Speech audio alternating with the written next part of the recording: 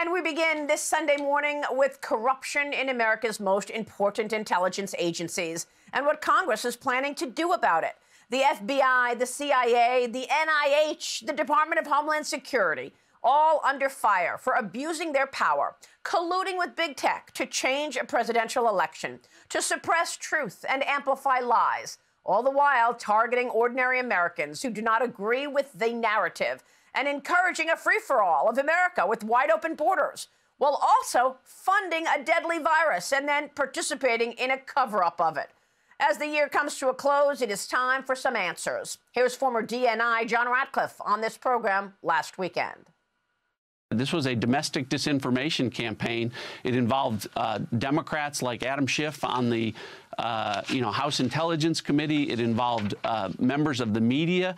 It involved according to FBI whistleblowers, FBI agents, and it, of course, involved Twitter and all of these working in concert, putting their not just thumb on the scale, but entire hand on the scale to mislead the American people in the weeks and months preceding a presidential election. Well, a sad state of affairs this weekend. More Twitter files were revealed with evidence of the FBI directing Twitter which accounts to censor and which narratives to amplify. House Republicans are set to launch multiple investigations in the coming weeks into the origins of COVID-19, the U.S. funding of the deadly viruses in Wuhan, and the clear abuse of power and collusion between the FBI and social media companies to change an election. Joining me right now is the ranking member of the House Intelligence Committee. He is Congressman Mike Turner, expected to be the chairman of the committee once the Republicans take the majority. Congressman, it is great to see you this morning. Thank you so much for being here. These are all tall orders, and I want to ask you about all of this abuse of power. You're going to be the chairman of the Intelligence Committee, and you will have oversight of these agencies. What is your priority, and how will you use subpoena power?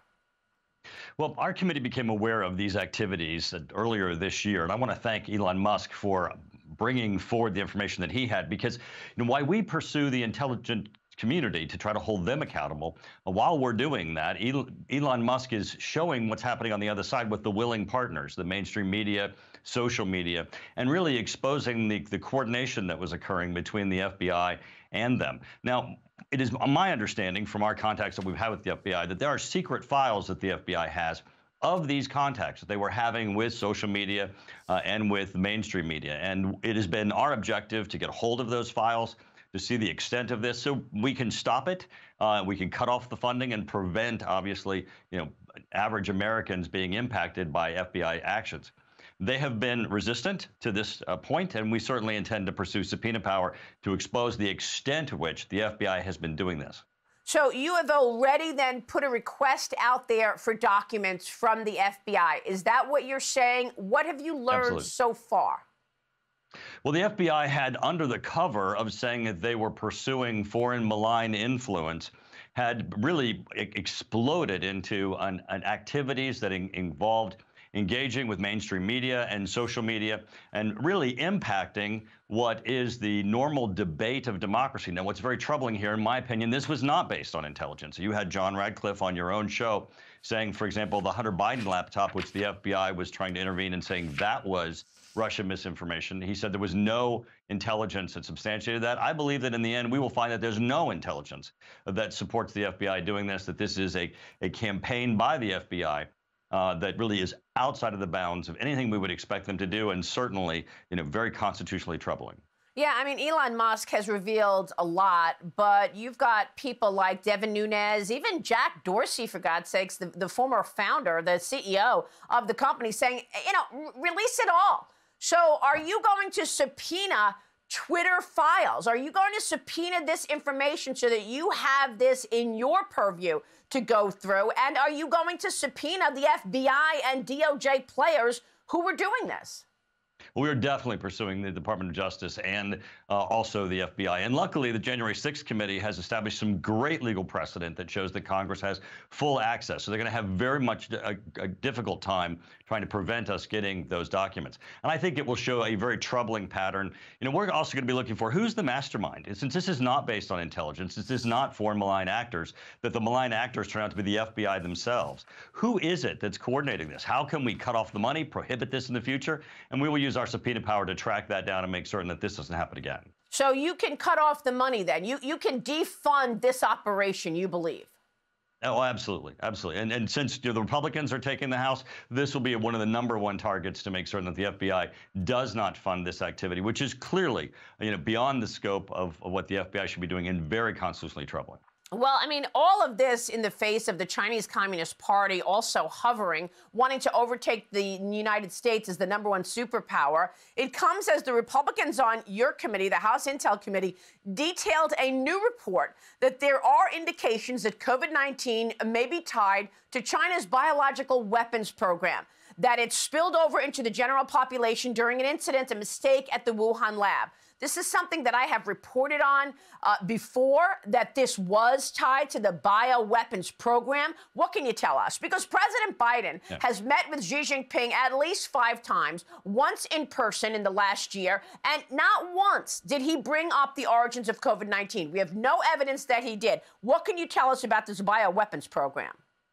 Our committee, the Intelligence Committee, was established in part to make certain that your government doesn't lie to you. And what our members found in reviewing the classified version of the report that the Biden administration had the intelligence community put together concerning the origins of COVID-19 is that it did not match the unclassified version. So we believe that the classified version and the unclassified version not matching leads people, it is, having Americans leaving them with the wrong impression. And so what we did is we went into publicly available information and we flagged things that we don't believe the Intelligence Committee has commented on. It's certainly not something that they have pursued. And we've identified them as, look, not only is the IC hiding information in the classified report that they're not sharing with Americans, which absolutely it should be declassified. But we also believe that there are things that they're not even looking at that they should look at, and that's what our report is about. You can go to the minority portion of the intelligence community's website, and you can read the report and our footnotes and find that all of these are publicly available sources. I mean, we have spoken quite a bit on the threat of communist China and the stated goal of Xi Jinping to overtake the United States as the #1 superpower. Does the media, do social media companies not recognize the importance of this threat to be getting in front of real information for the American people? I mean, the average guy or gal out there doesn't have a shot at freedom, at liberty, with their hand on the scale the way it has been, even as it relates to COVID. Was there a cover-up that Dr. Anthony Fauci was driving, that the U.S. was not funding this? It's very concerning because, this should not be a partisan issue. Getting the information out, clearly identifying the source of COVID-19 can help us avoid this in the future, whether it be a bioweapons, whether it be a lab leak. All of that information should be out and should not be a partisan issue. Then you have the next level issue of what was your own government's involvement. And certainly with the Government Reform Committee, our committee, a Judiciary Committee, we're going to be trying to get to the bottom of this. So that we can cut off that funding, restrict the funding of those agencies that might be involved, including sub-grantees that might have been involved in funding research, and that in the end could harm America and harm our people. Yeah, but let's face it, we've gone through this before, Congressman. I mean, throughout the whole Russia collusion narrative, they stonewalled you and your colleagues. I spoke with Devin Nunes and John Ratcliffe practically every week, and they would say, we're asking for this information. We're demanding these files. You're now telling me you're demanding files from the FBI. Will anybody go to jail? Will there be any accountability, or is this going to be another exercise where you're just asking for information and you're getting stonewalled by bad actors in federal agencies that are compromised? Well, I do think that not only are all of us, the Government Reform Committee, Judiciary Committee, Armed Services Committee, Energy and Commerce Committee, Intelligence Committee, all willing to pursue subpoenas in this area. We're willing to back it up with court action. And what we've seen with the January 6th Commission is there's some great precedent where the courts have upheld Congress's ability to get information. It is our intention to pursue this to the fullest. This goes right to our basic rights and to what is our government doing, and that's certainly our job. But we need to make certain that we're providing oversight and stopping these actions that can harm the American people. All right. Well, look, just to reiterate, you said you are going to subpoena this information from the media companies, from the FBI. You said you are going to hold them to account. And if it happens to be that you have to cut off money, you will defund these operations, correct? Absolutely, absolutely. And another thing, just a little something for the media companies and social media companies. Just because the FBI shows up in your office does not mean that you are protected. If you comply with the FBI and they don't have a warrant, then you're a co-conspirator in actions that could result in people having violations of their constitutional rights. People should think twice in what we're hearing from Elon Musk that Twitter was doing.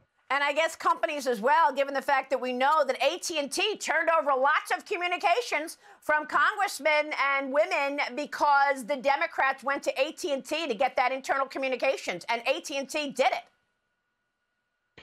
Right, and I think we certainly see in media companies and in social media companies that our investigations are certainly going to have an impact on the sharing of that privacy information and data that we should all have rights to. And if not, we'll change the laws for those. Congressman, it's great to see you this morning. Thanks very much. We, of course, will be following your leadership as the chairman of the Intel Committee. Thank you, sir. Mike Turner in Ohio this morning.